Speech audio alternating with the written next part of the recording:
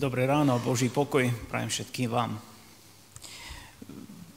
Verím, že viete všetci, že sme boli posledných niekoľko mesiací v Kanade a štátoch, nebolo nás tu a mali sme príležitosť niekoľkokrát byť zhromaždení aj vo Windsore, v zbore Grace, kde som slúžil 16 rokov a tak prinášame pozdravy od celej skupiny, ako celého zboru, naši Slováci i Oslovenia, kde sme mali aj spoločné bohoslúžby niekoľko, posielajú osobitný pozdrav ako zbor. Verím, že niektorí z vás máte kontakty, či rodinu, alebo priateľov, a tak ste osobných v kontaktoch a teraz môj pozdrav je zo zboru všetkým vám, ktorí milujete Pána, ktorí sa stretávate na bohoslúžby. Toto je veľmi dôležité, aby sme vedeli, že máme bratov, sestry okolo sveta všade a tieto kontakty sú veľmi, veľmi dôležité. Tak pred nami je táto 49. kapitola, ktorá skoro že ukončuje prvú knihu Mojžišovu. A sú to posledné Jakobove slova na svojich synov. Niektoré preklady tu dávajú takú titulku, že to je Jakobov požehnanie. Samuel tu povedal ešte slovo k tomu, že to by bolo aj proroctvo trošku. Prídeme k tomu, že či je to proroctvo, či sú požehnanie, aké sú to slova, na aký spôsob to Jakob vlastne povedal svojim synom. Do určitej miery vidíme, že je to aj pohľad do bližšej a potom jeden zaujímavý anglický preklad hovorí, že to aj do ďalekej budúcnosti je slovo. A my keď sme v Silvestrovej nedeli, ako posledná nedeľa v roku, posledný deň v roku, tak zhrňeme dojmy z tohto nášho 2023 roku, rozmýšľame, kde sme boli, čo sme robili, kde sme strovili energiu, čomu sme sa venovali, aké výsledky sú z toho, čo sme robili. A zároveň koncom roka je prirodzene, že sa pozeráme aj do budúcich dní. Na základe toho, čo sme investovali tohto roku, ako by sme čakali aj teraz dividendu z toho roku, máme očakávania z toho, čo sme sa snažili, čo sa stane, že máme už pretuchu, do čoho ideme, máme mnoho neznámych okolností, lebo nevieme, čo čas prinesie, aká Božia vôľa bude pre všetky okolnosti, ale my už máme vypracovaný plán do 24. roku, že čo sa chceme zameriavať, čo chceme robiť. A tak približuje sa táto noc, keď väčšina tohto sveta bude blázniť, keď budú sa radovať nad niečím, čo prichádza, nevedia, čo prichádza. A my rozumieme, že toto je celkom pohanský prístup k veci, že sa títo ľudia radujú z niečoho, nevedia ani čo, ale hlavne menia sa čísla, tak je to nádej na niečo lepšie, niečo nové.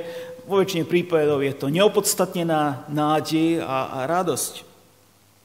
Sú to pohanské korene, vidíme jasne, že sa menia čísla, menia sa veci, ale nič to nemá biblický, by sme povedali, pohľad. Aký je biblický nový rok? Tak v písme vidíme mesiace a sviatky, že nejako zoradili ten aj kultúrny, aj náboženský život Izraela. A nový rok padal nejako v septembri. Bol to prvý jesenný sviatok, ktorý nazývaný bol hlava roka, ako Roš Hašana. A tento hovoril o dôstojnosti a nie o bláznovstve. Na tento nový rok sa netancovalo, neradovalo, že prichádza niečo, ale sa vedelo, čo je začiatok tohoto. A toto bol začiatok zvažovania Božej dobroty. Zvažovali sa všetky dojmy z minulých oblastí, ale približoval sa, alebo začínal sa deň zvažovania aj Božieho súdu, vyrovnávania vzťahov, ktoré vyvrcholilo na sviatok Jom Kipur a potom posledný sviatok stánkov. Sa pozeralo aj do budúcich dní a je to taký prorocký pohľad aj na večné stánky, do ktorých Boh zvedie všetkých ľudí. Svet dnes vám povie, že radosť je len hriechu. Ak chceš sa radovať, musíme to trošku zasládiť s hriechom. Musíme tam trošku dať nejaké nečestné veci, nejaké trošku nemravnosti, trošku alkoholu, trošku nejakých iných vecí, aby sme sa mali nad čím radovať. A čo nám písmo hovorí o radosti? Čo písmo hovorí, že radosť? Musíš sa radovať len tak, že tam bude fľaška, bude nemorálne, bude nejaký špinavý film a tak ďalej. Nie, písmo nám hovorí, čo je zdroj radosti. Konkrétne nám hovorí, ktoré sú ovocie ducha. Láska, radosť, pokoj a tak ďalej napočítuje. Je možné mať radosť z takých dobrých vecí?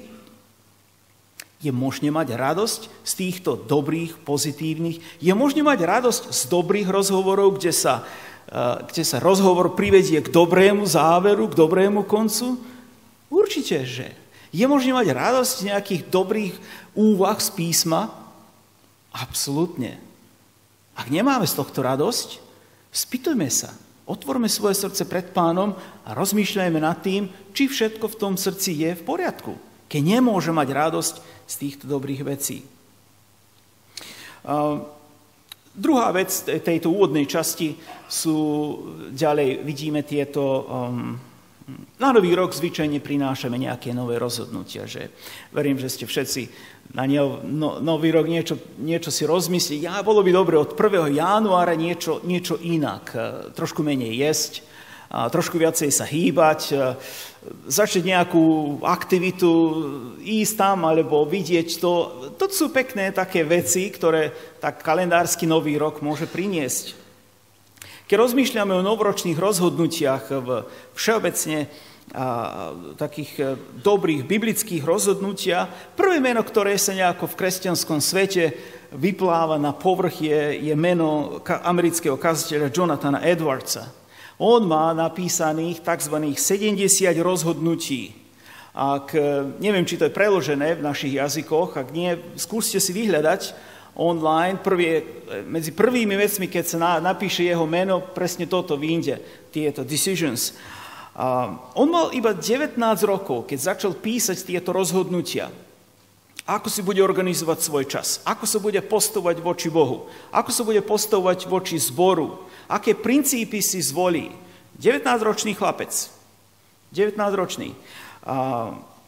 V priebehu 2 a 3 rokov napísal tieto rozhodnutia a čítame potom, on si dal takú úlohu, že tieto rozhodnutia bude čítať každý týždeň. Každý ten týždeň toto prejde. A bude nad tým zvažovať, kde teraz stojí. Mnohé z mojich novoročných rozhodnutí dopadli tak, že som nad tým uvažoval 31. decembra. Bolo by dobre, bolo by zaujímavé, a tam potom v júni som sa niečo spamätal. Čo s tým mojim rozhodnutím? Čo spravím? Skúsim to na rok. Na rok to bude dobrý čas. O rok. Ak prinesieme nejaké rozhodnutie, možno teraz v týchto novoročných dňoch, zvažujme to veľmi často. Zvažujme to týždenne. Analyzujme to. Vidíme, kde sme s tým. Vidíme, či napredujeme, či rastieme. On neveril. On nerobil toto iba na Nový rok, no ale Nový rok mnohí uvažujú ako dobrý čas začať niečo dobré, tak skúsme nad tým aj na takýto spôsob uvažovať. Ešte ďalšia úvodná otázka, alebo ďalšia poznámka, ktorá je to z tej 49. kapitoly. Vidíme, že jedná sa o Jákoba. Jákob je pred nami. Potom si zvolal Jákob synov a povedal, zhromaždite sa a oznámim vám, čo vás čaká, čo vás v budúcnosti čaká. Jákob, jeho žehnania alebo pohľad do budúca. Aby Jákob žehnal svojich synov, on musí byť požehnaný. Aby si niečo dal, musíš mať. Nemôžeš dať to, čo nemáš. A každý z nás chceme zdieľiť niekomu niečo dobré, pozitívne, aktuálne a chceme, aby to bolo k pôžitku tým, ktorým to dáme. Jákob teraz končí svoj život, blízo 140 rokov dožil a chce odovzdať to, čo dostal, to, čo túžil celého svojho života, mať, získať, teraz chce to dať svojim synom. Tu sa nejedná len o tie ovce a statok, ktorý mal, nábytok, ani nie toľko nomadský život, to boli šiatre. Nemal také veci, čo dať, ale mal niečo o mnoho väčšie a to bolo Abrahamovské požehnanie. On to teraz chce a potrebuje, on to musí teraz dať ďalej. On chce požehnať svoje generácie, ktoré idú za ním. Celý jeho život Jákob túžil o tomto prvorodenstve. On ako mladšie dvojča, môžeme povedať, trápil sa, že nemal to prvorodenstvo. Ezau bol starší, prišiel na svet minút skôr a on dostal meno Petár, ktorý sa držil svojmu bratovi za pätu, chytil ho a nejako tento príjmeno Petár ho sprevádzalo celý život, čo dalo povedať ako chytrák, niekto, kto otočil situáciu, kto chcel zmeniť nejako násilne situáciu. A tak čítame o tom, vieme, vy ste ako zbor prešli cez knihu Genesis. Jákob teraz prišiel do rozhodnutia, že ja to toľko chcem, to prvorodenstvo, že ja, ak nemôžem to inak, ja to ukradnem. Ja to teraz ukradnem, zoberiem to môjmu bratovi, oklamem aj otca, aj brata, ale ja to musím mať. Tu vidíme takú pozitívnu túžbu Jákoba, že chce mať toto abrahamovské požehnanie. Chce ho dostať.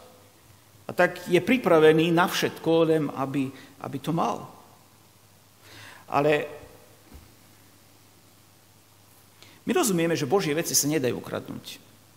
My môžeme sa vlámať jeden druhému do domu a proste vidieť, že čo tam je, zobrať si jednu, dve veci, ale nemôžeme zobrať niečí pokoj, nemôžeme zobrať niečiu lásku, nemôžeme zobrať niečiu pozornosť. To sú len také obyčajné, my povieme, ľudské veci, ktoré nemôžeme zobrať. A kdežto od Boha, že by niekto mohol niečo ukradnúť? Abrahamovské požehnanie. Ako môžeš ukradnúť? Tak možno Izák nebude vedieť, koho požehnáva a tak vysloví nejaké slová, ktoré sa nedajú vrátiť a niečo podobné.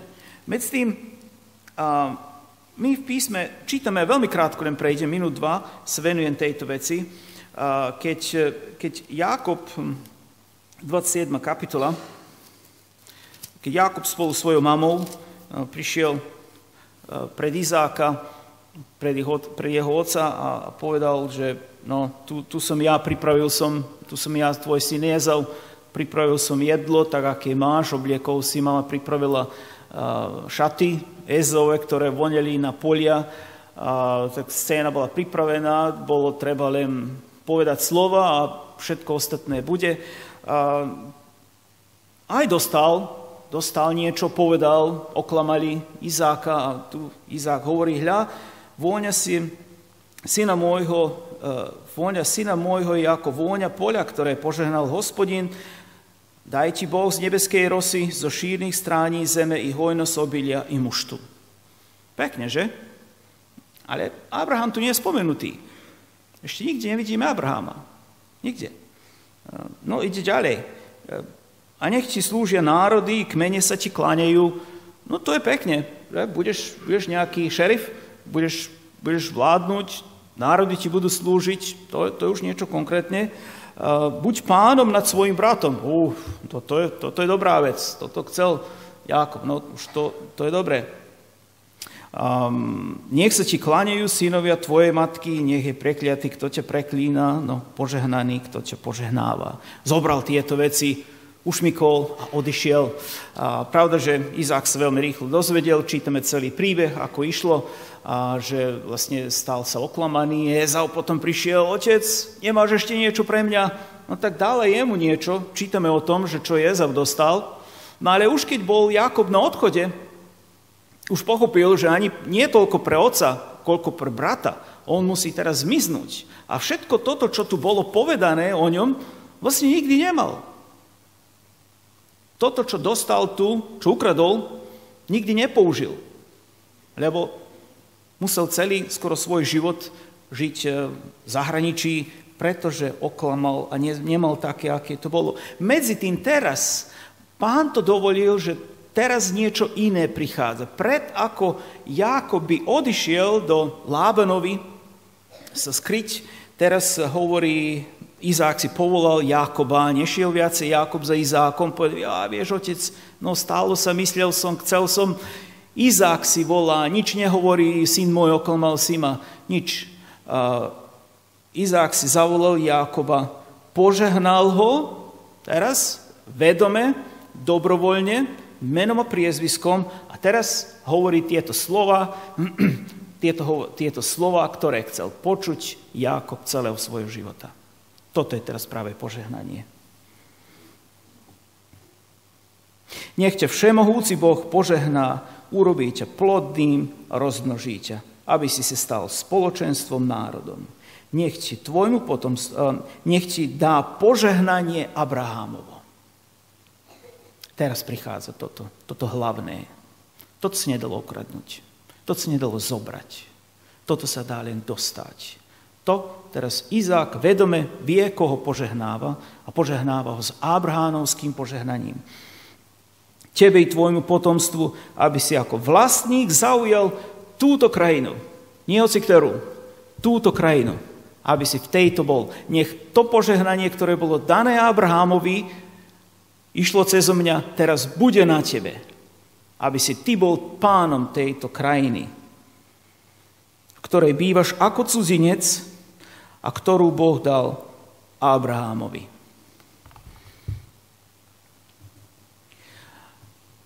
Môžeme mnohé veci získať, ale tieto veci môžeš iba dostať.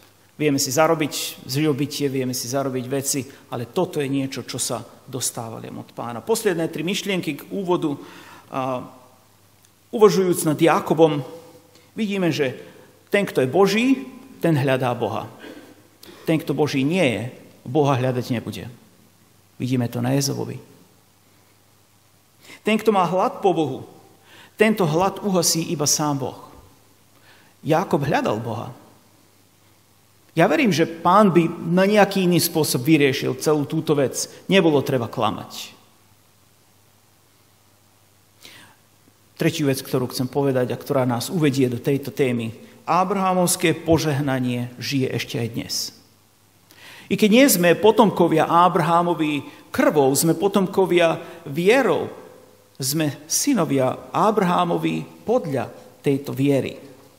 On je našim otcom tiež. A tak v tomto duchu pozrime sa na bratov, čiže na toto požehnanie, ktoré hovorí, čo vám budúcnosť prinesie. Jákob teraz nešiel rozkrútiť tú kocku a teraz nech vidíme, že čo každému z vás bude. Ja som pripravil alebo okopíroval aj mapku, neviem, či ju môžeme položiť na ekran. Mapka, ktorá ukáže, ako tieto slová, ktoré boli dané, áno, slová, ktoré boli dané týmto synom, vlastne sa odzrkadlili aj na vstupe do územia sľúbenej zemi, do ktorej vlastne oni išli. Jakub teraz tu na základe aj ich charakteru, aj okolností, ktoré sa stali už v ich živote, hovorí veci aj do budúca. Toto nie je len čisté proroctvo, že takto prorokujem ti veci, ktoré sa stanú v tvojom živote, nič nevedia, čo bolo predtým. Jákob už pozná svojich synov. Jákob už, čítame od toho momentu, keď dostal to abrahamovské požehnanie, prešlo asi 100 rokov. Za tých 100 rokov narodili sa mu synovia, on väčšiu časť života prežil s nimi, veľmi dobre ich poznal, a tak na základe toho, čo ich poznal, vidí aj budúcnosť, ktorá ich čaká. Príslovie hovorí,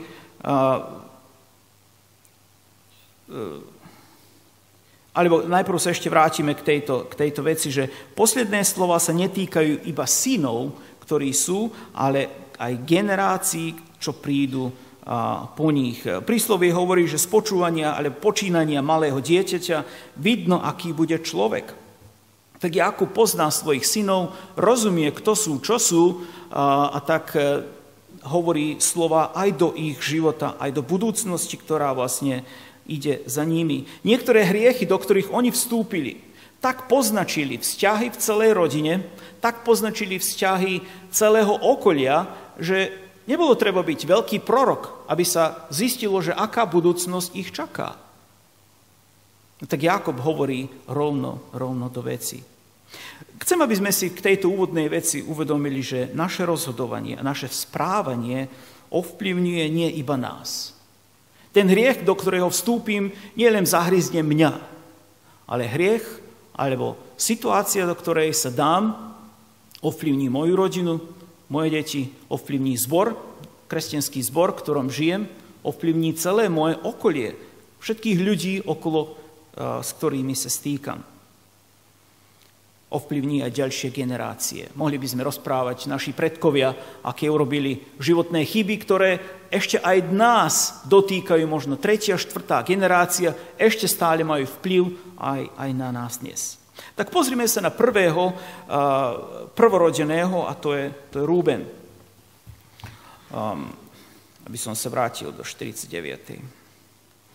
Ty, Rúben, syn môj prvorodený, moja moc a prvotina mojej mužskosti, vrchol dôstojnosti a vrchol sily. Hovorí sa, Jakub tu hovorí o svojej dôstojnosti.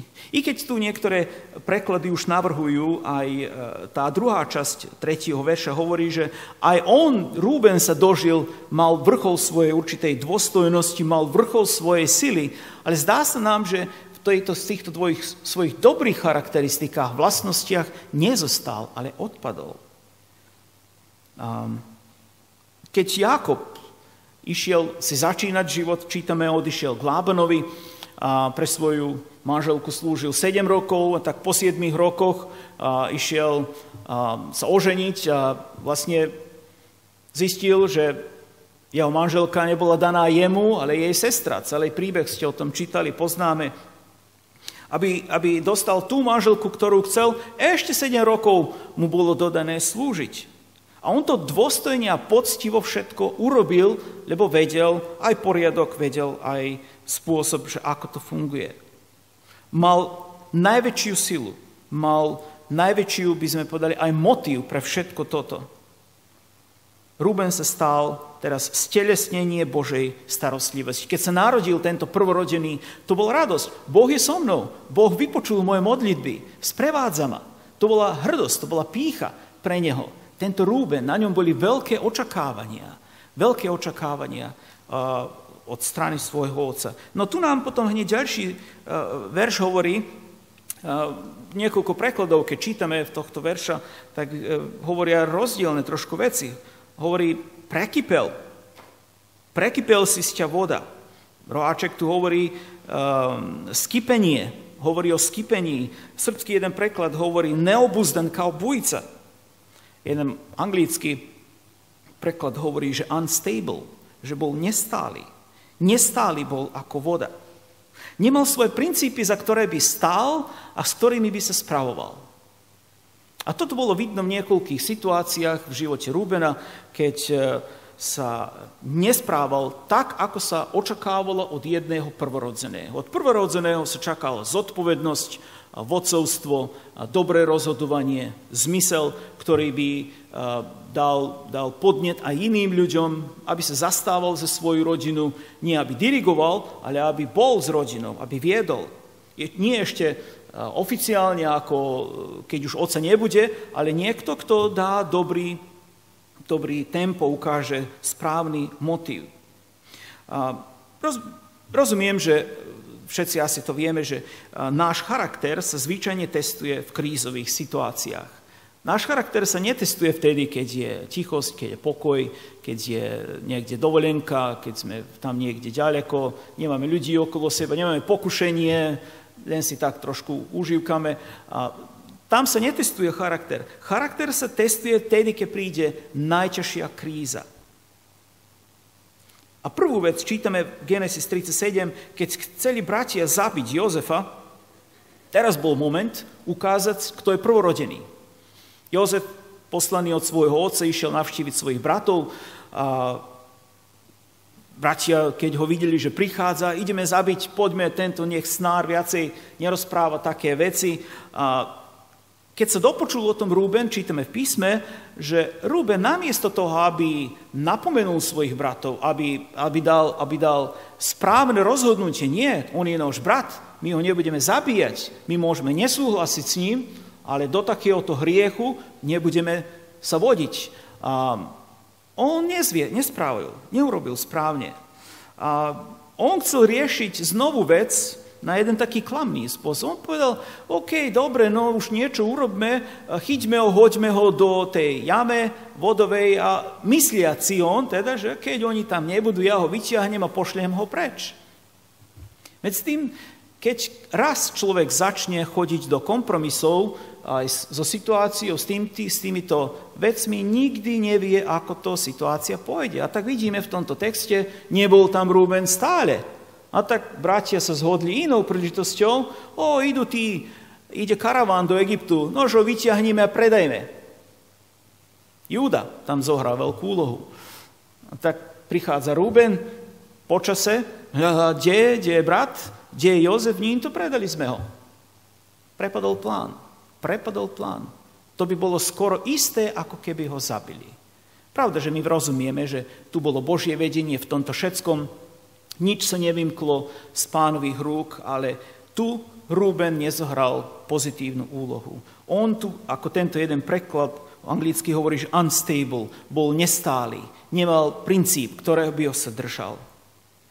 Druhý pocit, alebo druhý moment, kde vidíme Rubena, kde teraz doslovne stratil toto prvorodenstvo, je to vlastne ešte predtým, je to 35.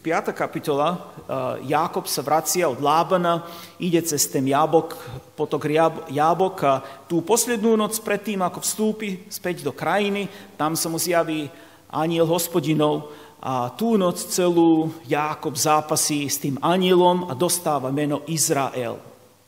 Veľké veci sa tam diali a tak keď vstúpil do krajiny o niekoľko dní, prišiel po Betlehem, tam teraz Ráchel išla porodiť Benjamina a vieme okolnosti, čítame písmo, ako porodila Benjamina, vlastne videla, že jej život uniká, ona zomierala. A celá tá tragédia okolo mena Benjaminovho a všetky veci boli také ťažké pre Jákoba.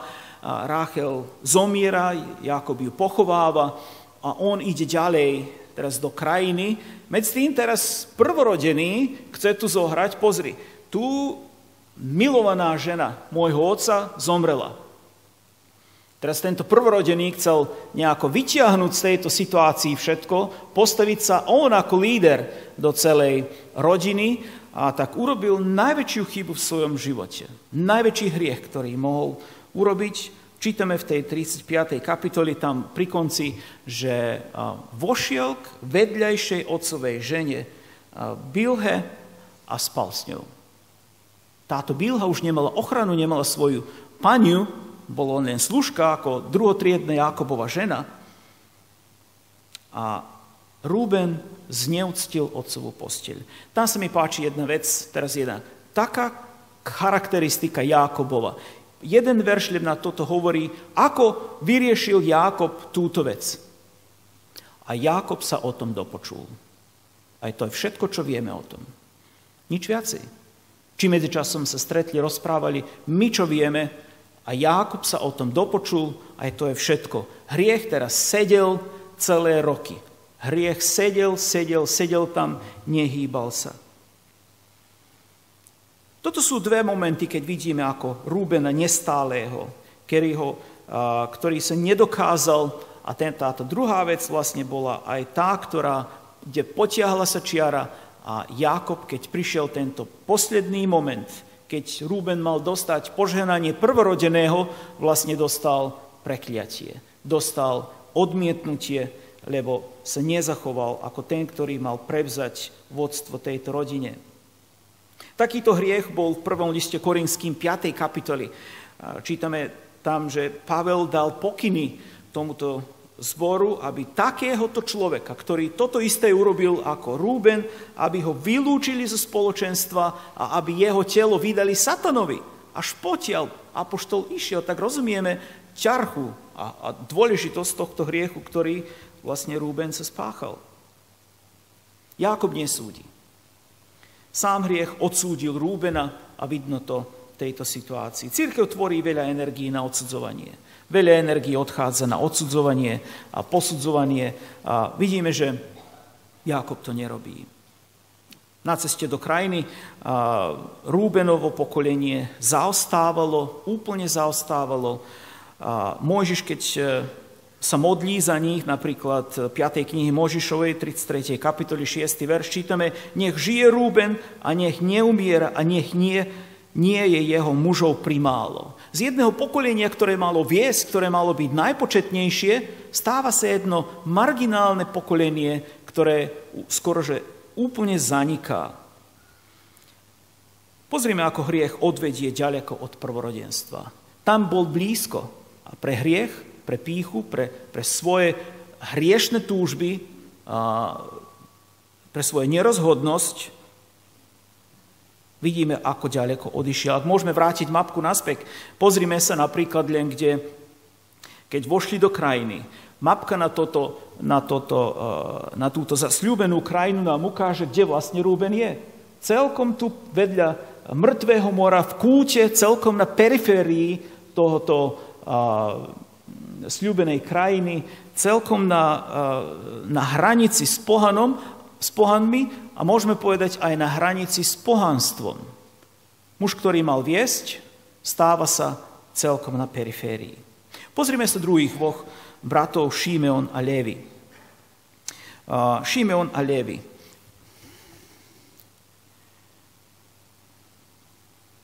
Šimeon a Lévi sú bratia, ich zbrane sú nástrojmi násilia. Nech nevstúpi moja duša do ich kruhu a s ich zborom sa mi srdce nezdruží, bo v svojom hneve vraždia mužov a svojej samovôli ohromujú bíkov. Prekliaty buď ich hnev, lebo je prudký, a ich zlosť, lebo je krutá. Rozdelím ich v Jákobovi a rozptýlim ich v Izraelovi. Genesis 34. kapitola čítame o tej epizóde, keď Jákob sa nachádza v Sycheme a tu je teraz jediná epizóda o jeho dcére Dína, ktorá vyšla z otcovho táboru a išla sa pozrieť na dcéry, ktoré žijú v tej krajine, ako to tam všetko vyzerá.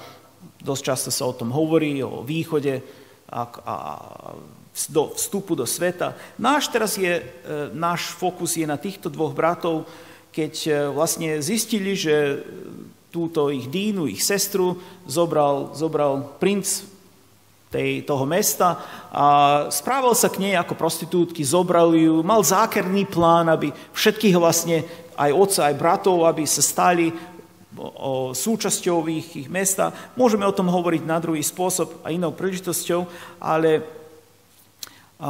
pointa je v tomto, že keď uvideli, aká nespravodlivosť sa stála voči ich sestre, aký zákerný plán majú títo ľudia v Sycheme, aj kráľ, aj princ, aj všetci, ktorí boli do toho zapojení, čítame, že títo dvaja sa dopočuli a išli zobrať pravdu do svojich rúk. Nechceme my to veľa raz urobiť. Vidíme nespravodlivosť, nikto nereaguje, ani štát nereaguje, ani cirkev nereaguje, ani dobrí ľudia nereagujú. Poďme niečo s tým urobiť. Urobme niečo, spravme, bum, tres, aby sa niečo pohlo. Nikto nedbá. Vidíme tu dvoch mužov, ktorí toto urobili. Čo teraz s týmto? Aká je situácia? Vidíme aj my nespravodlivosť okolo nás a pýtame sa, čo urobíme? Čo urobíme? Ako odpovedať na nespravodlivosť? 4 slova sú, ktoré opisujú týchto dvoch bratov. Čo oni urobili? Násilie, hnev, samovôľu a zlosť. 4 veľmi negatívne charakteristiky sa spomínajú o týchto dvoch bratov. Tak čítame, že čo oni vlastne urobili, poznáme z písma, oni vyšli von vtedy, keď všetci boli muži v tom Sycheme obrezaní, na 3. deň, keď mali najväčšie bolesti, padli tam a s mečom pobili všetko živé, všetkých mužov, zobrali ženy, deti, zobrali dobytok, olúpili celé mesto a priniesli to, povedali otcovi, my sme vec riešili. Takto sme to riešili. Tak, toto je.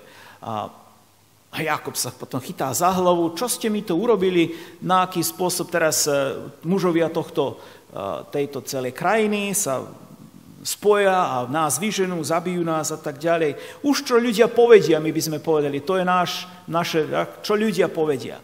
Ale problém bol tu že títo dvaja zobrali pravdu do svojich rúk a urobili nečestne. Urobili veci na svoj spôsob. Urobili násilie, urobili to v hneve, urobili to bez znania svojho otca a urobili to v zlosti. Čo ich viedla? Láska k sestre? Nie, zlosť ich viedla, hnev ich viedol.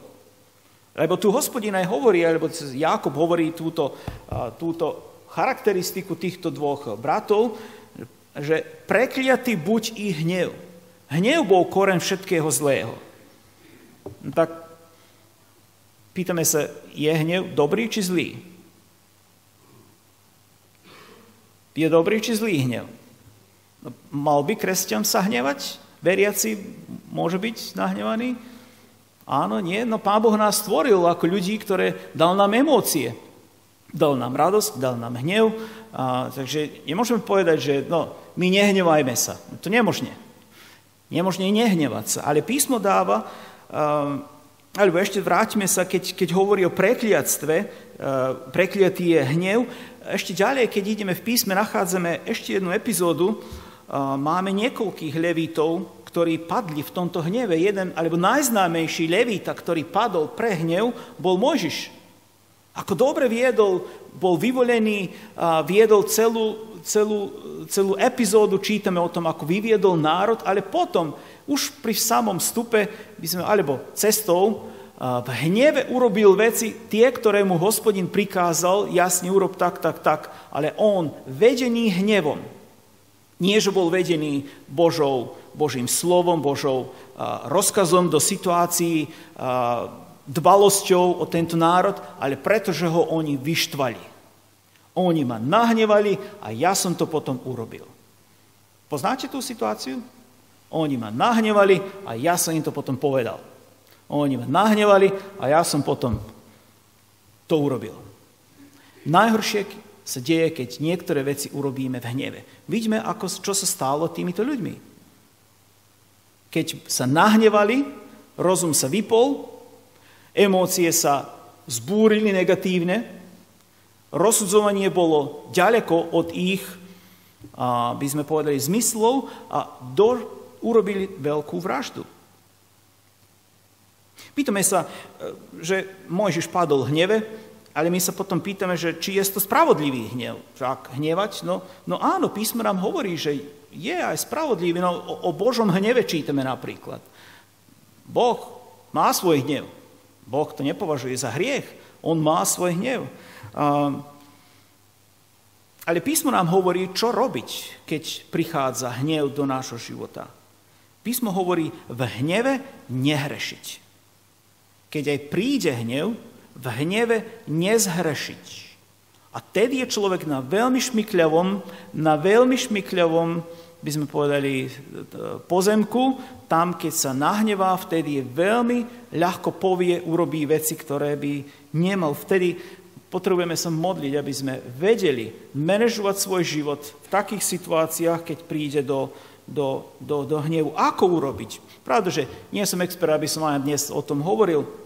Niekoľko myšlienok, ktoré nám písmo hovorí. Ako? Písmo nám hovorí hnev držať pod kontrolou. Pod kontrolou na ten spôsob, keď človek príde do takej situácii, dať si pozor, nepovedať nič. Osobitne v hneve nenanášať rozhodnutia, ktoré by ovplyvnili môj život a život iných ľudí. Hľadať pomoc, pokým nie je pozde. Dobre vyjadriť svoje emócie, povedať, že ako sa ja cítim o tomto, nie len čo myslím, ale aj ako sa cítim na určitú situáciu. No títo dvaja, Šimeon a Lévi, sa veľmi zle cítili, nahnevaní a v tom hleve urobili zlosť. Pozrime sa na Boží súd. Boží súd hovorí, Jákob teraz, je to akoby proroctvo, ale už videl ich životy, videl ich charakteristik, tak celé pokolenie išlo tým smerom. Rozdelím ich v Jákobovi, teraz tu nám hovorí o Šimeonovi, rozptýlim ich Izraelovi. Šimeon, počas druhého Mojžišovho sčítania, toto bolo najmenšie pokolenie. Bolo také, ak môžeme mapku vrátiť späť, toto bolo také malé pokolenie, že neskôr, keď sa pozeráme, aj čítame cez celé dejiny, vidíme tu na v Júdovom pokolení, tá modrá, tá teritória Beršeba a to okolie, tam niekde zhruba bývali Šimeonci, ktorí sa neskôr úplne splínili s Júdom. A Šimeon ako pokolenie sa úplne tratí. Takže vidíme toto proroctvo na tejto strane vlastne je, že jeden čas fungoval, bolo toto pokolenie, ale potom celkom zanikli a stali sa Judejci. Šimeon sa viacej na ten spôsob nespomína. Ešte, ak môžeme zanechať mapku, splínul s Júdom a viacej ho nebolo. Čo sa stalo s Lévim? Lévi nebol potrestaný takto, ale Lévi vidíme, že nedostal pozemku. Keď sa pozeráme na mapku, nevidíme Léviho pokolenie, že by malo niekde pozemok. Žiadny pozemok. Lévi dostal 48 miest na území celého Izraela, povieme, celej krajiny a v tých 48 mestách bývali a slúžili ako pokolenie, ako prvotina Božia, by sme povedali, ktoré mala slúžiť Hospodinovi počas... Slúžili najprv v stáne, potom v chráme, organizovali bohoslužby a všetko bolo na ich, by sme povedali, boli k požehnaniu celému Izraelu, ale boli najzraniteľnejšie pokolenie. Stali sa služobníci a slúžili, ale mali veľké problémy. Pretože neposlušnosť iných sa dotýkala ich priamo. Hospodin povedal, že oni budú žiť s desiatkou všetkých iných pokolení. Je to úplne pekná téma hovoriť o tom, ako Boh zabezpečil živobytie tých, ktorí sú v službe Božej. A tak starozákonný model vidíme, že všetky pokolenia dávali svoje desiatky na to, aby levíti a tí, ktorí boli v chráme, ktorí pracovali na Božích službách, aby sa mohli vyživiť. Lenže keď hriech iných sa stal, a to je, že keď iní odmietli dávať desiatky na Božie dielo, to priamo pôsobilo na Levítov. Pretože Levíti nemali svoju zem, nemali sa z čoho vyživiť, žili v mestách. Úplne záviseli na iných veriacich, aby sa starali o nich. Pozrime sa na Júdu. O Júda, nech ťa chvália tvoji bratia, tvoja ruka nech spočinie našich tvojich nepriateľov, nech si klaňajú synovia tvojho otca. Júda je mladý lev. Júda je najväčšmi, by sme povedali, požehnaný, alebo Jozef a Júda sú dvaja, o ktorých sa najviacej hovorí, ktorí dostali najväčšie požehnanie od Jákoba a od samého Hospodina. Keď sa hovorí o mladom levovi, tak sa hovorí o sile, o boji, ale hovorí sa aj o líderstve. Hovorí sa o veciach, ktoré sú veľmi príjemné. Keď čítame Zjavenie 5. kapitoly 5. verš, tak vidíme, na koho sa tento lev ešte v prorockom význame vzťahuje. Je to na leva z kmeňa Júdovho. Je to Ježiš, ktorý sa zjavuje v Zjavení Jána, ktoré vidíme vo večnosti, ktorý pochádza z tohto Júda. On je ten potomok, v ktorom sa vyplnili všetky proroctvá. Počas pochodu cez púšť Júdovo pokolenie išlo prvé, nešiel Rúben. Júda išiel prvý. Počas Mojžišovho sčítania toto bolo najpočetnejšie pokolenie. Najviacej ich bolo. A keď sa pozeráme na tú mapku, vidíme, že Júda zaberá najväčší časť pozemku. Judsko tam od Jeruzalema a všetko dole až po arabskú púšť patrí vlastne Judsku. 49. kapitoly, verše 11 až 12, nám hovoria poukazujú na prosperitu. No v samom Judsku je mnoho púšti. Až veľa toho tam, tých viničov, aj všetko to, čo sa tu napočítuje, osla si uviaže o vinič, o révu šľachetnú svoju osliadku, vo víne si perie šaty. Áno, je tam viničov, je tam trošku také plodnej zemi, ale Judsko je známe ako púšť. Tam je taká známa púšť Negev. Mnoho kameňov, mnoho piesku, všade okolo. Nie až toľko úrody ako na severe. Takže tieto slová, keď čítame, ktoré tu priamo vidíme, že Jákob hovorí Júdovi trochu teraz, potom neskôr v Dávidovi, ktoré sa vyplní a plnosť všetkých tých požehnaní prichádza v Mesiášovi, ktorý príde. Judsko, boli sme v 2014 v Izraeli, fakt, púšť. No ale aj z tej púšti oni urobili krásnu krajinu. Krásna, naozaj krásna. Keď sa pozrieme ešte jeden verš, tu chcem len zdôrazniť, 10. Nevzdieli sa berla od Júdu, ani veliteľské žezlo od jeho nôh, pokiaľ mu nepríde panovník. Berla je symbol panovania, právomoci, kde keď kráľ má berlu, má moc, má autoritu, môže urobiť všetko, čo chce. S tou berlou môže spravovať, alebo ona má právo na život a smrť. A tu nám hovorí, nevzdieli sa berla od Júdu, pokiaľ nepríde panovník. Mesiánsky Židia tvrdia, že toto je priamy výrok, že Júda bude mať svoju autoritu a jurisdikciu až po moment, keď príde tento panovník.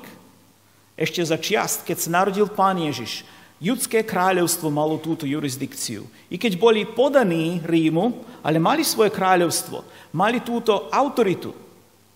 Potom, keď Ježiš zomrel, teda keď bol ukrižovaný, oni už medzičasom stratili túto autoritu, stratili túto berlu a dodnes túto berlu nemajú, aby sme povedali v prorockom význame, Mesiáš nemôže prísť, pretože už prišiel, nemajú kráľovskú autoritu,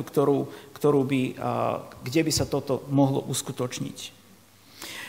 Pozrime sa na ďalších bratov, veľmi krátko, až kým prídeme po Jozefa. Tu nám hovorí o Zabulónovi. Ak sa vrátime k mapke teraz, ak môžeš podrž túto mapku teraz stále na ekrane. Zabulón je, ak vidíme tam v severnej časti pri Galilejskom jazere, žltým okreslené Zabulón. O ňom píše nám, že bude bývať pri morskom brehu, i keď nie je celkom na pobreží, 15 kilometrov od more. Prístavom bude lodiem a jeho pomedzie dosiahne Sídon. Tento Zabulón obchodoval, alebo bol na týchto obchodných cestách a na takýto spôsob vidíme, že sa vyplnilo Jákobové proroctvo. Isachar, veľmi krátko máme o tom, málo informácií, teda nebudeme ani špekulovať. Isachar dostal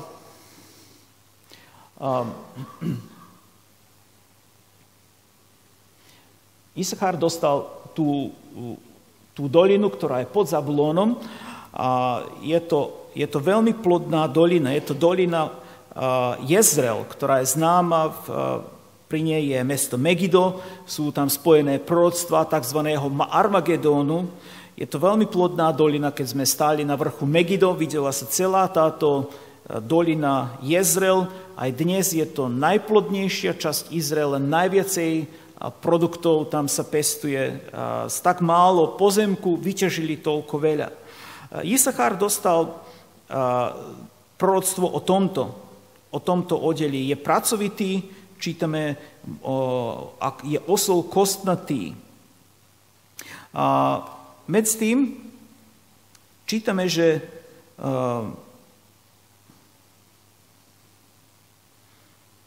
si on veľmi ľahko zohý na plecia. Je pracovitý, ale veľmi ľahko sa dal do otroctva. A keď sa pozrieme tam v období sudcov, tak vidíme, že tou oblasťou vládli Kanánci. Prišli Kanánci, lebo prepoznali tú časť, ktorá je najplodnejšia. Nešli si zaujať tam nejaký vysoký vrch, samé kamene, ale tú dolinu, ktorá je najúrodnejšia. A títo Isachárovci namiesto toho, aby sa bojovali o svoje dedičstvo, ktoré dostali, oni jednoducho zohli plecia a stali sa sluhmi, čítame, že robili ako, naši ľudia povedia, ako kone, ako zvieratá, tvrdo pracovali, ale nemali z toho nejaký úžitok. My sa dnes pýtame, čo sme my dostali do dedičstva? Nemyslím teraz na jutro zemi, na dom, na majetok, ktoré... My dnes hovoríme o duchovných hodnotách. Jákob to, čo dostal, toto abrahámovské požehnanie, teraz dáva svojim synom. To, čo sme dostali, vieme to držať u seba? Títo Isachárovci to veľmi rýchlo stratili. Nevieme, koľko dlho trvalo to obdobie, ale tí sudcovia mali také periódy po 40 rokov, keď sa veci obnovovali, jedna generácia prešla, až sa to všetko obnovilo. Isachar veľmi rýchlo stratil, čo mal. Písmo nám hovorí, to, čo máš, drž. I keď je to povedané v inej okolnostiach, ale je to všeobecný princíp. Máš požehnanie, máš niečo od Pána, drž to. Nepúšťaj to, nedávaj to. Zveleďuj, rob na tom, aby to bolo k požehnaniu a ešte mnohým iným. Strážme a zveličujme tie hodnoty, čo sme dostali. Pozrime sa na Dána. Dán, nech prisluhuje právo svojmu ľudu ako hoci ktorý z kmeňov Izraela. Jeho meno vlastne znamená sudca. Z písma, tak z dejín vidíme, že boli veľmi agresívni. Dostali za úlohu strážiť právo v Božom ľude. Medzi tým oni rýchlo opustili toto poslanie. A čo ešte najhoršie, opustili aj svoju teritóriu, opustili aj svoj dom, ktorý im bol daný. Ak sa pozriete spolu so mnou na tú mapku, tak tam niekde popri Efraimovi vidíme pokolenie Dán, dostalo to priobalie. A myslím, že dnes tam by Jopa asi tam je, v tej výšky.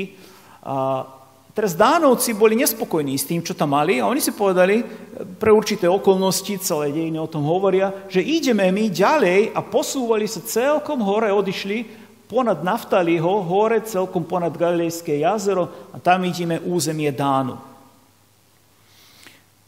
Keby bola tragédia ešte horšia v tomto všetkom, v tomto presťahovaní na sever, keď sa rozdelilo kráľovstvo, tak Dánovci pokročili ešte o krok ďalej. Oni si založili svoj náboženský systém.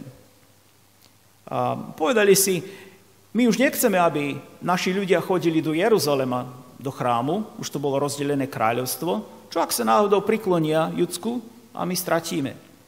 Oni si povedali, urobme si my svoje sviatky, nech my nezávisíme na poľnohospodárskych termínoch, my pôjdeme si urobiť sviatok vtedy, keď si zakončíme prácu. Celkom praktický, že? My budeme čakať ten dátum a v tom dátume presne bude svietiť slnko, keď my musíme svetiť a potom my pozdejšie bude pršať. No a keď sa prší, vtedy sa svetí. Nie? A keď slnko svieti, treba robiť.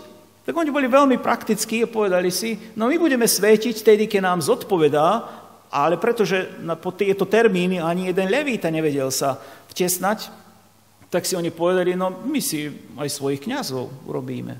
My nepotrebujeme levítov za kňazov, my budeme mať svojich kňazov a tak si zorganizovali svoj oltár, svojich kňazov, svoje dátumy pre svoje sviatky a na konci koncov, keď mali svoje kňazstvo, svoj oltár, svoje termíny, tak nemohli ani uctievať toho istého Boha a zdá sa nám, že ten Boh, ktorého uctievali, to viacej nebol Boh biblický. Nebol to Boh Jahve, bol to ich stvorený, ich vymyslený Boh. Koľkí ľudia dnes svetia svojho Boha? Boha, ktorého si oni stvorili, ktorého si oni nejako zostavili, ako im to pasuje a teraz svetia takéhoto, oslovujú takéhoto Boha. Opustili teritóriu, opustili Hospodina, opustili náboženský systém, ktorý im bol daný. Keď sme boli na návšteve, tak sme videli maketu toho oltáru, ktorý tam bol postavený. Isté veľkosti ako v Jeruzaleme. Povieme, však je to jedno. Jeruzalem je taký, tu je istý taký, my si vieme urobiť, však sme aj my majstri. A urobili to všetko pekne. Medzi tým, toto nebol spôsob, ako sa uctieva Boh. Ustanovili si všetko svoje. V 18. verši tu je modlitba Jákoba, kde hovorí, na tvoju pomoc čakám, Hospodine. Je to len také rozmýšľanie Jákoba, kým hovorí svojim synom, alebo tieto slová patria tomuto Dánovi. Dán, a môžeš nejako očakávať na Hospodina. Zjavenie Jána v 7. kapitoli, keď sa napočítujú pokolenia, Jákobove pokolenie, zaujímavá vec teraz tu prichádza, že Dán vôbec nie je spomenutý. Neverím, že by apoštol Ján tam urobil chybu. Pre nejaký dôvod v tomto napočítovaní pokolení Jákobových niet meno Dánovo. Ako by bol vytrietý aj zo zoznamu. Jeho hriech bol taký ťažký, že opustil Hospodina absolútne, že aj meno sa mu stratilo zjavení Jána. Pozrime sa na Gád. Ostal v Zajordánsku, ak sa pozrieme. Gád znamená centrálna časť za Jordánom. Dnes štát Jordán tam je. Boli bojovníci, čo víťazili, hovorí sa o nich. Napadnú Gáda, napadnú hordy, on ich však napadne odzadu. Málo o ňom vieme a nechceme špekulovať, ísť do vecí, ktoré nevieme, ale toto, čo nám hovorí písmo je, že ostáli tam pred ako vošli do krajiny a strážili vstup do krajiny od iných národov a boli v tomto verní. Pozrieme sa na Ašera. Ašerov chlieb bude chutný, dodávať bude kráľovské lahvodky. Ašerovo pokolenie je celkom hore na severe popri Stredozemnom mori, až po zahrňa tam Týr, mesto Týr, až smeruje až ku Sidomu hore, mestá, ktoré sa spomínajú aj v negatívnych konotáciách, proroctvách proti Bohu. Teda rozľahlo sa na severe vedľa mora, veľa úrodnej zemi, pestovali jedlo a zásobovali mnohé kráľovské domy. A tak vidíme už, Jákob videl ich veľký potenciál a požehnal ich s týmto. Čo je s Naftalim? Ani o ňom nemáme mnoho informácií. Naftali jelenica voľná, hovorí rozkošné reči. Bojové pokolenie, vidíme, že oni sú rozľahnutí, Naftali od Galilejského jazera hore na sever, Dán prišiel do ich okolia, tak oni boli takí veľmi bojovní. Keď čítame knihu Sudcov, vidíme, že Debora a Barák pochádzajú z tohto pokolenia a boli veľmi bojoví, veľmi riešili veci bojom. Tak pozrime sa na záver o Jozefovi, niekoľko myšlienok. O Jozefovi je tu najviacej napísaných vecí. Najviacej požehnania, najviacej chválospevov. Už v tej 48. kapitoli, verím, že ste pred týždňom 2-3 hovorili o tom, ako Jákob požehnáva Jozefa osobitne. Najprv požehnal Jozefa a tam čítame o tom požehnávaní Jozefových synov. Teda požehnanie, ktoré na Jozefa išlo, bolo zdupľované a Jákob teraz požehnáva najprv mladšieho a potom staršieho. Jozef chce naprávať Jákobove ruky, ale vidíme, že Pán má svoju logiku, svoj spôsob, ako činil a takto to bolo aj s ním podobne, s Jozefom podobne ako s Jozefom. S Jozefom podobne ako s Jakobom. Adresované slová boli Jozefovi, ale patria aj jeho synom. A to sú Manases a Efraim.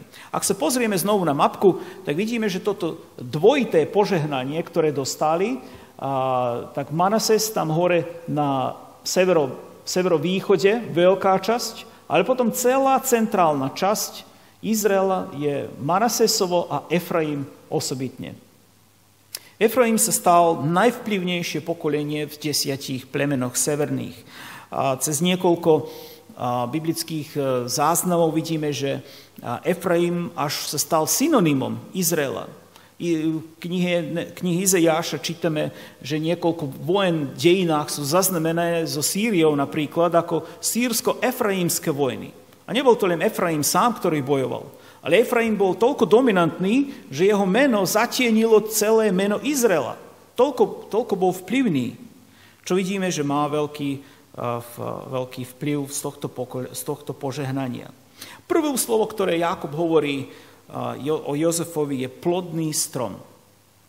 Hneď nám prichádza na myseľ Žalm 1, ktorý hovorí o tom, ktorý je s Bohom, že bude ako strom zasadený pri rieky, ktorý dáva ovocie stále a dáva ovocie na čas. No takýto je plodný strom Jozef, ktorý Boha hľadal, ktorý sa držal Boha, aj ktorý bol s Bohom stále, ktorý bol verný Bohu a svojmu otcovi. Ani v tých najväčších pokušeniach, keď hrozilo o všetko, Jozef sa nevzdáva Hospodina ani svojho rodičovského, by sme povedali, heritage, otcovho majetku, ktorý je s ním.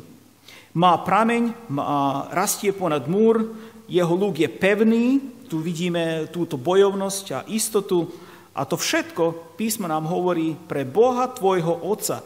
On ti pomáhaj, on ťa požehnaj. Aké požehnanie zažil tento Jozef? Ani jedno pokolenie nemá toľko požehnaní ako Júda a Jozef. O Júdovi vidíme mesiášskú líniu, ale o Jozefovi vidíme ten, ktorý hľadal Boha ako Jákob, požehnanie dostal od Hospodina vo všetkých oblastiach. A Jozef sa zjavil ako jediný ten, ktorý hľadal Boha úplne. Jozefov život odzrkadľuje jeho túžbu pre Boha. Nie len v tomto živote. Lebo on bol tak blízko smrti toľko raz, že on si povedal, ja budem verný Bohu aj v živote, aj v smrti. On nemal jasný obraz o záhrobnom živote. Ešte nečítal zjavenie Jána, nečítal knihu Daniela proroka, nečítal ani niektoré žalmy, ktoré hovoria o živote po smrti. Málo vedel, alebo menej vedel o tom, ako my na základe písma. Ale to, čo vedel, to si držal a povedal, ja budem verný môjmu Bohu bez ohľadu na okolnosti, ktoré prídu potom. Nevedel, aká bude budúcnosť, o večnosti nevedel veľa, ale zostal Pánovi verný. Zostal principiálny a nepredal vieru v Boha. Ako je ľahko predať, keď človek si nevie ceniť to, čo má. Ako ľahko je spáchať taký hriech, keď človek nemá váhu a nemá obraz pred Bohom. Pozrime sa na posledného syna aj potom záverečných niekoľko myšlienok. Posledný syn je Benjamin. Je to druhý Ráchelenin syn. Bol najmladší a očakávalo by sa, že stane sa miláčik. Ako to v rodinách býva, najmladšie dieťa je miláčik. Je také rozmaznané dieťa, všetci ho maznú, všetci ho ťahajú. No to sa čakalo, že bude aj s Benjaminom. A tak o Benjamina dbali. Vidíme, keď bratia išli do Egypta pre zrno, tak Jákob nedal Benjamina, aby sa náhodou nestalo ako s Jozefom. Nie, jeho držal doma a keď potom celá situácia ako išla, pochopili, že treba, aby Benjamin išiel. Jákob veľmi, veľmi horko ťažko opúšťal Benjamina na túto cestu. Z Benjamina sa nestal miláčik, ale stal sa jeden hrubý, krvolačný človek, ktorého činy boli veľmi siahali negatívne do budúcich vekov. A Boh ich trestal. A strestal ich tak, že týchto Benjamincov, že skoro vymyslí. Keď sa pozrieme na tú mapku, tak vidíme, že toto Benjamin ako by mal najmenšiu teritóriu. Sice dostal teritóriu, ale bola taká malá, lebo skoro vyhnuli pre hriech, ktorí sa počinili, vidíme, že úplne skoro vyšli. Máme dve veľké mená pochádzajú z tohto pokolenia. Najprv je to kráľ Saul. Kráľ Saul bol Benjaminovec, ale v samom charaktere tohto Saula vidíme tú krv Benjaminovú. Taká ťažká, taká krvolačná, hrubý, odpadol od Hospodina. Až stál sa takým zábradlím, že nikto nemohol sa ani pristúpiť k Hospodinu, lebo on tam bol. No tak, ale máme tu krajší obraz. Tiež jeden horlivec, tiež jeden krutý, krvolačný pre zákon, pre Hospodina, ale na mylný spôsob. Je to Saul z Tarzu. Ale keď tohto Saula z Tarzu oslovila Božia milosť, vidíme, že z tohto človeka sa stal najväčší poklad v novozákonnej misii. Teraz my tu rozumieme, že keď Božia milosť dotkne človeka, keď Božia milosť otočí človeka z jedného najkrvolačnejšieho, teraz stáva sa niekto, kto je najhorlivejší pre misiu, pre pohanov. A toto nám je jasný poukázateľ, že Boh použije každého, kto sa podá Hospodinovi. Bez ohľadu na naše správanie, bez ohľadu na náš genetický balíček, ktorý nosíme so sebou, to si nemôžeme zmeniť, ale môžeme si zmeniť náš postoj voči Bohu. A tento postoj bude určovať, čo sa s našim životom stane. Nikto z nás sa nemôže zmeniť z flegmatika na sangvinika alebo z iných týchto typov personality, ktoré sú na inej. To je určené iným, by sme povedali. Ale vieme Vieme sa podať Hospodinovi úplne a Pán použije nás pre svoju slávu. Cez dejiny Benjamín sa držal. Júda držal sa Benjaminu a tak vidíme, že mali spoločné kráľovstvo, tzv. Južné kráľovstvo cez niekoľko storočí. A vieme, čo ich spájalo? Mesto Jeruzalém nebolo ani v Judsku, ani v Benjamíne. Bolo na samej hranici. Na začiatku tohto Južného kráľovstva vlastne nepatrilo nikomu. Dávid ho dobojoval, toto mesto Jeruzalém, a tak bolo celkom na hranici medzi dvomi mestami a spájalo ich celkom. Celkom spojilo aj održalo ich spolu pri Pánovi. Posledných niekoľko záverečných myšlienok o týchto bratoch a podobne o našom rozmýšľaní, o vyprevádzaní starého roku a pohľadu do budúca. Jakob odchádza, zomiera necelých 140 rokov a končí sa tu na obdobie patriarchov. Odozdáva teraz Abrahámovské požehnanie, ktoré on dostal pred 100 rokmi, a teraz udeľuje ďalej. Myšlienka pre nás. Dbajme o to, aby to následstvo duchovné, ktoré sme dostali v našom živote, aby sme ho vedeli správne odovzdať ďalej. Aby sme ho odovzdali na čas, aby sme ho dali tak, ako potrebuje byť. Neodovzdávajme naše zvyky, neodovzdávajme našu tradíciu, odovzdávajme to, čo je Božie. To, čo od Boha sme dostali, aby to bolo pestované v generácii poza nás. Boh začína teraz obdobie formovania jeho ľudu. A pýtame sa, kto sú títo 12? Sú títo 12 zakladatelia teraz Božieho ľudu? Čo si myslíte? Zakladali oni teraz ľud? Povedali si, ideme my 12 teraz založiť Boží ľud. Písmo nám hovorí, že nie. Keby bolo do človeka, nikdy by ani sa nestalo toto, čo sa stalo. Keby bolo do človeka, nikdy Božieho ľudu by ani nebolo. Pán si len použil týchto 12. Oni sa stávajú teraz 12 pokolení Izraela, ktoré pôjdu do večnosti, by sme povedali. Keď ich analyzujeme a vidíme všetky veci, ktoré boli okolo nich, málo dobra bolo v týchto 12. Ide o Božiu vernosť. A dnes sa pýtame, v čom sú verní lepší od neverných? V čom je verný človek lepší od neverného? Vidíme toľko dobrých ľudí, humanistov, vidíme toľko dobrých ľudí, ktorí dobré veci urobia. A na druhej strane v zbore ľudí, ktorí vyznávajú, že sú kresťania, na konci vidíme toľko nevernosti, toľko hriechu, toľko špiny.